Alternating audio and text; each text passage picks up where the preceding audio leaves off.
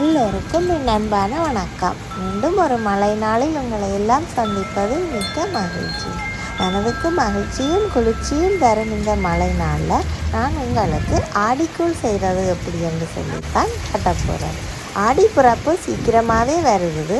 ஆடி பிறப்பில் தமிழர்கள் ஒன்று கூடி ஆடிக்கூழ் செய்து ஆடி கொழுக்கட்டை செய்து கொண்டாடுவது வழக்கம்.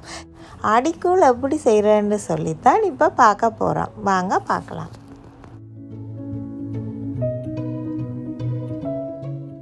முதல்ல ஆடிக்கூழ் செய்கிறதுக்கு தேவையான பொருட்கள் என்னென்னு சொல்லி பார்ப்போம். அதுக்கு முதல்ல சில பொருட்களை நாங்கள் முன்கூட்டியே தயார்படுத்த வேணும். அப்போ முதல் தேவையான சில பொருட்களை தயார்படுத்தி கொள்ளுவோம். அதுக்கு நான் முதல்ல 1 கப் சிவப்பு பச்சை அரிசி எடுத்துருக்கிறேன். இதை நான் தண்ணி சேர்த்து நல்லா கழுவி முதல்ல எடுத்துக்கொள்ளுவோம். இப்போ நான் நல்லா கழுவியாச்சு. இனி தண்ணி சேர்த்து 1 அல்லது 2 மணித்தியாலங்களுக்கு ஊற விடுவோம். இப்போ அது ஊறின பிறகு எடுத்து இந்த மாதிரி உலர வைக்க போகிறேன். இப்படி உலர்ந்ததும் நான் ஒரு மிக்ஸி கப்பில் சேர்த்து அதை நல்ல மாவாக அடித்து எடுத்துருக்கிறேன்.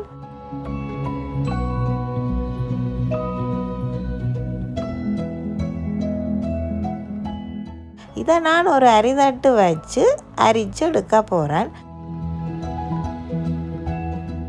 இப்போ சிவப்பு பச்சை அரிசி மாவு ரெடி ஆயிட்டுது.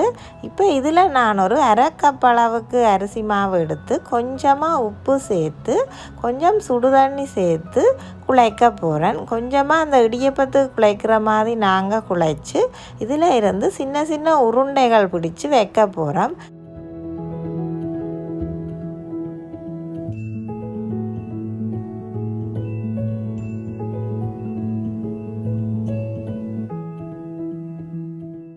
இப்போ இந்த மாதிரி குழைச்சாச்சு. இதில் இருந்து கொஞ்சம் கொஞ்சமாக மாவை எடுத்து சின்ன சின்ன உருண்டைகளாக பிடிச்சு வைப்போம்.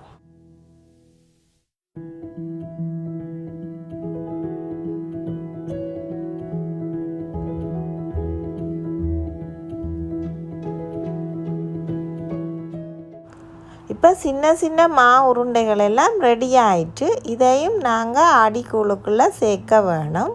அதுக்கு பிறகு ஒரு தேங்காய் எடுத்து முதல்ல அதை துப்புரவு செய்து உடைச்சி எடுக்க போகிறேன்.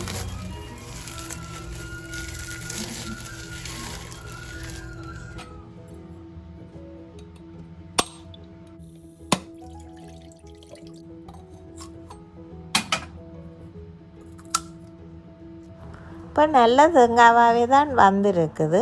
இதில் இருந்து நான் ஒரு பாதி தேங்காயை எடுத்து அதில் அரைவாசியை இந்த மாதிரி தேங்காய் சொட்டுக்களாக எடுத்து வைக்க போகிறேன். இந்த குட்டி குட்டியாக வெட்டி நாங்கள் தேங்காய் சொட்டு எடுத்து வச்சுக்கொள்ளணும். இதுவும் நாங்கள் பிறகு ஆடிக்கூழுக்கு சேர்க்க வேணும். மற்ற தேங்காய் பாதியிலிருந்து நான் தேங்காய் பூ எடுத்திருக்கிறேன்.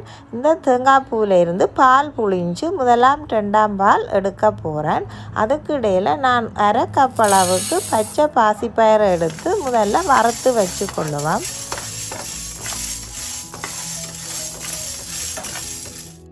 இது வறுபடைக்குள்ளே நல்ல ஒரு வாசனை வரும். அதே நேரம் இந்த மாதிரி ஒரு ப்ரௌன் கலருக்கு மாறும். இப்போ நல்ல பதமாயிட்டு இப்போ இதை நாங்கள் எடுத்து வச்சுக்கொள்ளுவோம். இனி என்னென்ன பொருட்கள் தேவைன்னு சொல்லி குயிக்காக பார்ப்போம். சிவப்பு பச்சரிசி மாவு 1/2 கப், 3/4 கப் வறுத்த உளுத்தம்மா, 1/4 மூடி அளவுக்கு தேங்காய் சொட்டு சின்ன சின்னதாக வெட்டி இருக்குது, 200 மில்லிலிட்டர் அளவுக்கு முதற் பாலும் அதே மாதிரி 500 மில்லிலிட்டர் அளவுக்கு 2ஆம் 3ஆம் பாலும் எடுத்துருக்கிறேன். இப்போ சின்னதாக உருட்டின உருண்டைகளும் அதோட 4 ஏலக்காய் வறுத்து குத்தி எடுத்துருக்கிறேன். 1/2 டீஸ்பூன் மிளகும் சீரகமும் குத்தி வச்சுருக்கிறேன். அதே மாதிரி 2 மீடியம் சைஸ் அளவுக்கு பனங்கருப்பட்டி எடுத்துருக்கிறேன். 1/2 கப்புக்கு பாசிப்பயிறு வறுத்தது எடுத்துருக்கிறேன். இதோட 1/4 டீஸ்பூன் அளவுக்கு உப்பும் எடுத்துருக்கிறேன். இனி இதெல்லாம் சேர்த்து ஆடிக்கூழ் எப்படி செய்கிறேன்னு சொல்லி பார்ப்போம். முதல்ல ஒரு பாத்திரத்தை அடுப்பில் வச்சு நான் வறுத்த பாசிப்பயிரை போட்டு கொஞ்சமாக தண்ணி சேர்த்து இந்த பாசிப்பயிரை அவிய விட போகிறேன். இஞ்சால நான் எடுத்து வச்சுக்கிற பச்சை அரிசி மாவோட வறுத்த உளுத்தம் மாவையும் சேர்த்து உப்பையும் சேர்த்து கொஞ்சம் கலந்து வைக்க போகிறேன். என்னென்னா இதை நாங்கள் அடுப்பில் ஊற்றி காய்ச்சியக்குள்ளே கட்டிப்படாமல் இருக்கிறதுக்காக வேண்டி ஈஸியாக கலந்து எடுத்துக்கொள்ளுவோம். இன்னொரு பவுலில் நான் எடுத்து வச்சுருக்கிற 2ஆம் 3ஆம் பாலை சேர்த்து இதோட ஏற்கனவே கலந்து வச்சுக்கிற மாக்கலவையையும் போட்டு கரைச்சி வச்சுக்கொள்ளுவோம்.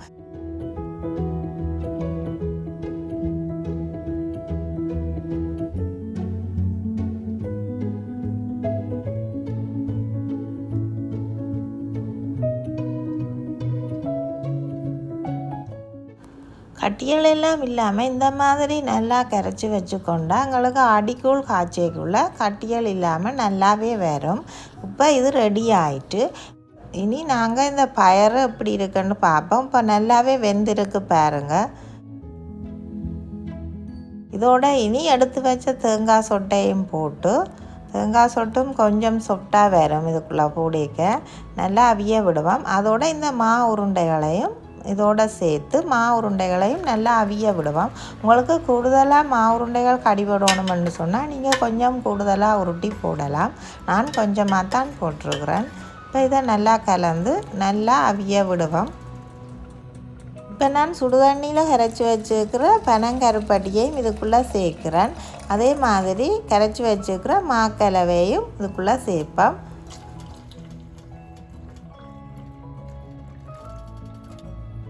இப்போ எல்லாத்தையும் நல்லா கலந்து விட்டு கொள்ளுவோம். பனங்கருப்பட்டி உங்களுக்கு நல்லதாக கிடைச்சா அதை முழுசாகவும் நீங்கள் இதுக்குள்ளே சேர்த்து கரைச்சி கொள்ளலாம். கலக்கி கொண்டே இருக்கணும். அப்போ தான் கட்டிப்படாமல் நல்லா வெந்து வரும். மீடியம் ஹீட்டிலேயே அடுப்பை வச்சு கொள்ளணும். இப்போ இப்படியே நீங்கள் கலக்கி கொண்டு இருந்தால் உங்களுக்கு பதம் தெரியும். இப்போ இது இறுகி கொண்டு வந்ததுன்னு சொன்னால் மேலதிகமாக தண்ணி சேர்க்கலாம். இப்போ எனக்கு கொஞ்சம் இறுகிட்டுது. இப்போ நான் இன்னும் கொஞ்சம் தண்ணி சேர்க்க போகிறேன். இப்போ தேவையான அளவு தண்ணியை நீங்கள் சேர்த்து கொள்ளலாம். உங்களுக்கு கூழ் தண்ணியாக வேணுமெண்டா தண்ணியை அதிகம் சேர்த்து கொள்ளலாம். கொஞ்சம் திக்காக வேணுமெண்டா அதுக்கேற்ற மாதிரி சேர்த்து கொள்ளலாம். இப்போ பாருங்கள் மேலே ஒரு ஷைனிங்காக வருகுது. இந்த நேரத்தில் நான் எடுத்து வச்சுக்கிற முதல் பாலை சேர்க்க போகிறேன். முதல் பாலை முதல்லையே சேர்த்தா அதிகமாக எண்ணெய் புறந்து வந்துடும். இப்போ நாங்கள் இறக்குறது கொஞ்சம் முன்னாடி சேர்த்தா நல்ல ருசியாக இருக்கும். இப்போ பாருங்கள் நல்ல ஒரு கண்ணாடி பதத்துக்கு வந்துட்டு இனி குத்தி வச்சிருக்கிற ஏலக்காயையும் மிளகு சீரகத்தையும் போட்டு நல்லா கலந்து விட்டு கொள்ளுவோம்.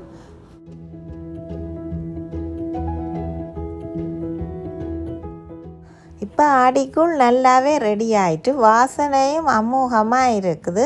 அந்த பயரோட வாசனை உளுத்தம்மாவோட வாசனை எல்லாம் நல்லா உடனே சாப்பிடணும் போல் பசியை தூண்டுற மாதிரி இருக்குது.